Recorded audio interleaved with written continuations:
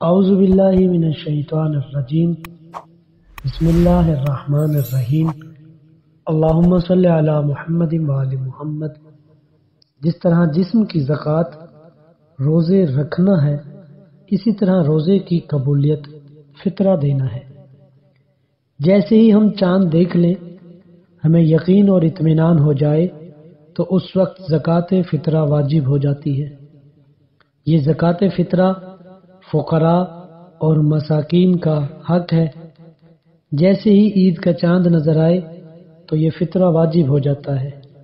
پیغمبر اکرم صلی اللہ علیہ وآلہ وسلم کی سنت ہے اور واجبات میں سے ایک واجب ہے۔ غریبوں کو اپنی خوشیوں میں شامل کرنا چاہیے۔ اس کا ایک فائدہ یہ ہے کہ آپ کا مال نقصان سے بچا رہے گا۔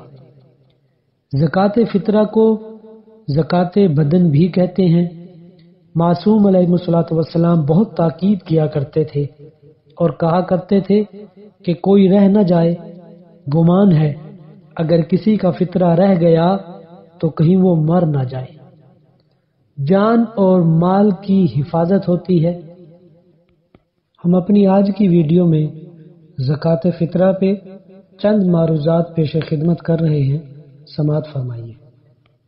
سب سے پہلے سوال جو ہمارے ذہن میں ابھرتا ہے وہ یہ کہ فطرہ کب دیا جائے گا؟ اس کا مختصر جواب یہ ہوگا، عید الفطر کی رات غروب آفتاب کے وقت جو شخص بالغ ہو، عاقل ہو، فقیر نہ ہو، کسی دوسرے کا غلام بھی نہ ہو، ضروری ہے وہ اپنا فطرہ نکالے۔ کیا فطرہ ایڈوانس دے سکتے ہیں؟ تو اس کا بھی مختصر جواب یہ کہ ماہ رمضان المبارک کے شروع ہونے سے پہلے فطرہ نہیں دے سکتے۔ اگر درمیان میں نکالے تو نکال سکتے ہیں، لیکن بہتر یہ ہے ماہ رمضان المبارک کے قریب جا کر فطرہ نکالا جائے۔ نمبر 1۔ نمبر 2، حاکم شرعی سے اجازت لے سکتے ہیں۔ اگر ماہ رمضان المبارک کے درمیان میں ہم فطرہ نکالتے ہیں تو اس کو قرض کی نیت سے نکالیں گے۔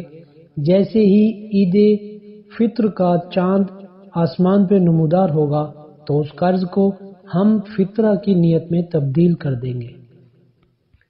کیا فطرے میں تاخیر بھی جائز ہے؟ تو اس میں فرماتے ہیں فطرہ میں تاخیر کرنا جائز نہیں ہے، حرام ہے۔ یہ ایک الگ بات ہے، مستحقین کو ڈھونڈ رہے ہیں تو جائز ہے، تاخیر کر سکتے ہیں۔ اور اس کی دوسری وجہ یہ حاکم شرعی سے اجازت بھی لینا ضروری ہے، تاکہ حاکم شرعی کو ہم بتا سکیں کہ ہم بیمار ہیں یا کسی اور مجبوری کی وجہ سے ابھی ہم فطرہ نہیں دے سکتے، تاکہ وہ ہمیں کچھ دن کی مہلت دیں جس کی بنا پہ ہمارے فطرے کی تاخیر جائز شمار ہوگی۔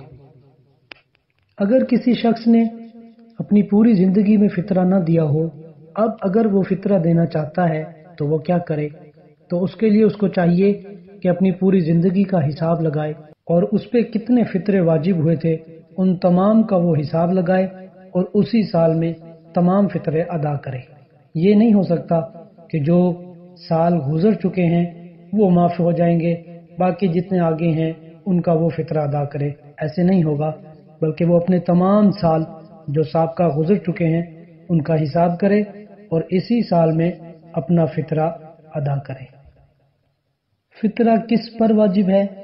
سب سے پہلے تو حضرت انسان کو خود اپنا فطرہ نکالنا ہے، اس کے بعد اپنے اہل و عیال میں آپ کے والدین بھی شامل ہیں، اہل و عیال میں آپ کے بیوی اور بچے بھی شامل ہیں۔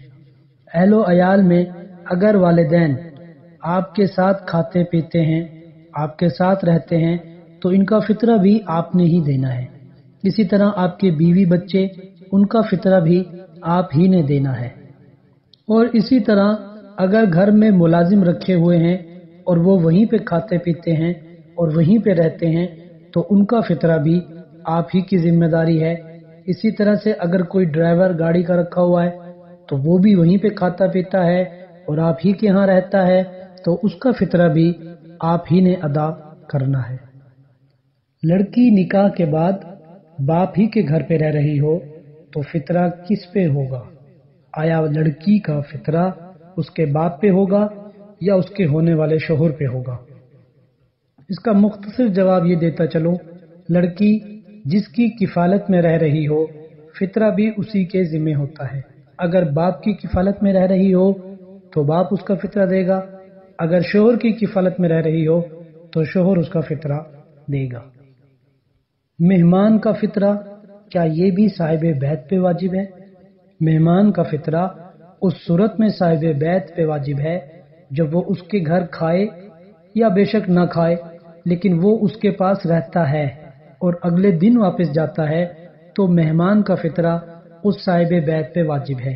اس کے علاوہ اگر کوئی سورج غروب ہونے کے بعد کسی کے ہاں مہمان آئے یا عید کا چاند نمودار ہونے پہ کسی کا مہمان ٹھہرے تو صاحب بیت پہ اس کا فطرہ واجب نہیں ہے، وہ اپنا فطرہ خود ہی ادا کرے گا۔ کیا فطرے میں جنس خرید کر دے سکتے ہیں یا پیسے بھی دے سکتے ہیں؟ جی ہاں، فطرے میں اگر چاہیں تو جنس بھی دے سکتے ہیں اور اگر چاہیں تو اس کے پیسے بھی دے سکتے ہیں۔ مثلا اگر چاہیں گندم، چاول، جو اور کشمش، اگر آپ چاہتے ہیں خود یہی سے دے سکتے ہیں، اگر آپ چاہتے ہیں تو یہی جنس اس کو دے سکتے ہیں، اگر یہ آپ کے پاس نہیں ہے تو ان کے پیسے بھی جتنے بنتے ہیں وہ آپ اس کو دے سکتے ہیں۔ 1 صاع 3 کلو یا اس کے برابر 3 کلو گرام اناج، آٹا، گندم، چاول، جو یا جو بھی اناج ہوتی ہو، اگر آپ چاہیں تو یہی چیز دے دیں، اگر نہیں تو پھر آپ اس کی قیمت بھی دے سکتے ہیں۔ اب سوال یہ پیدا ہوتا ہے کہ مستحق فطرہ کی شرائط کیا ہیں؟ تو اس میں شرط سب سے پہلے یہ ہے کہ فطرہ شیعہ اثنا عشری مسلمان کو دیا جائے، شیعہ اثنا عشری مومن کو دیا جائے، اور ایسا مومن جو مستحق بھی ہو، نمازی بھی ہو اور کھلم کھلا گناہ کرنے والا نہ ہو، وہ ایسا مرد بھی نہ ہو جو داڑھی مونڈ ہو اور ایسی خاتون بھی نہ ہو جو بے حجابی کرتی ہو۔ اگر یہ شرائط ان میں پائی جاتی ہیں تو پھر یہ فطرہ کے مستحق ہیں، ان کو فطرہ دیا جا سکتا ہے۔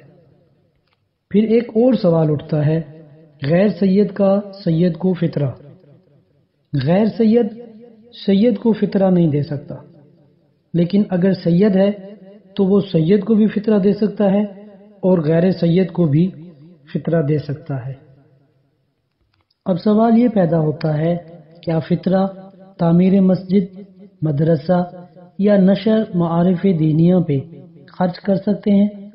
خود حضرت آیت اللہ مرحوم کھوئی اور سید علی سیستانی دامت برکاتہ فرماتے ہیں، احتیاط لازم کی بنا پہ ان جگہوں پہ فطرہ کو خرچ نہیں کر سکتے، کیونکہ فطرہ مستحقین کا حق ہے، غریب فقراء کا حق ہے، تو بہتر ہے ان جگہوں پہ فطرہ کو استعمال نہ کیا جائے۔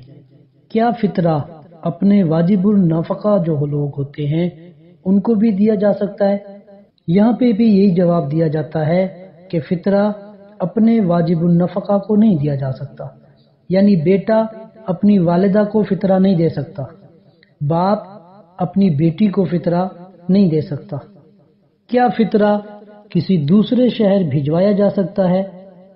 اس میں فرماتے ہیں کہ سب سے پہلے آپ کو اپنے ہی شہر میں مومن اثنا عشری مستحق تلاش کرنا ہوگا۔ آپ تلاش کیجئے، اگر آپ کو کافی تلاش کرنے کے بعد بھی نہ مل پائیں تو اس صورت میں آپ کو اجازت دی جاتی ہے کہ آپ دوسرے شہر میں منتقل کر سکتے ہیں، لیکن آپ کے ہی شہر میں اگر مستحق مومن شیعہ اثنا عشری موجود ہیں اور آپ اس کو دوسرے شہر میں لے جاتے ہیں تو وہ آپ کا فطرہ قبول نہیں ہوگا۔ کیا کسی مستحق فطرہ کو یہ بتانا ضروری ہے کہ اسے یہ فطرہ دیا جا رہا ہے؟ اس میں بھی فرماتے ہیں کہ ضروری نہیں ہے کہ آپ اس کو فطرہ کے طور پہ اس کو دیں، بلکہ آپ اس کو ہدیہ کے طور پہ اور تحفہ کے طور پہ بھی بھجوا سکتے ہیں۔ پھر سوال اٹھتا ہے، فطرہ کی رقم کو تبدیل کیا جا سکتا ہے؟ اس میں جواب دیتے ہیں کہ بالکل نہیں۔ اگر آپ نے شب عید الفطر سے کچھ دن پہلے ایک خاص رقم نکال کے الگ کی کہ یہ فطرہ کی رقم ہے، اور اب آپ کو اگر ضرورت پڑ گئی پیسوں کی اور جو آپ کے اصل پیسے ہیں وہ آپ کو کچھ دنوں کے بعد ملیں گے، تو ایسا نہیں کر سکتے کہ آپ اس پیسے کو جو آپ نے فطرے کے لیے الگ کیا تھا اس کو اٹھا کر آپ خرچ کریں اور بعد میں دوسری نئی رقم کو اس کی جگہ پہ رکھ دیں۔ آپ کو اس چیز کی اجازت نہیں ہے، اس طرح نہیں کر سکتے کہ فطرہ کی رقم کو تبدیل کر لیں۔ باپ فطرہ نہ نکالنے والا ہو تو اولاد کی کیا ذمہ داری بنتی ہے؟ اس میں فرماتے ہیں کہ جب باپ ہی ایک واجب چیز کو انجام نہیں دے رہا تو چونکہ باپ بچوں کا کفیل ہوتا ہے، اسی لیے اب جو بچے ہیں ان پہ واجب نہیں ہے کہ وہ فطرہ نکالیں۔ اکثر علماء یہی فرماتے ہیں، لیکن کچھ ایک ہیں جو کہا کرتے ہیں کہ اگر باپ فطرہ نہیں نکال رہا تو اولاد کو چاہیے اگر ممکن ہو تو وہ فطرہ نکالیں۔ اب ایک اور سوال یہاں پہ آتا ہے، کیا فطرہ توڑا جا سکتا ہے؟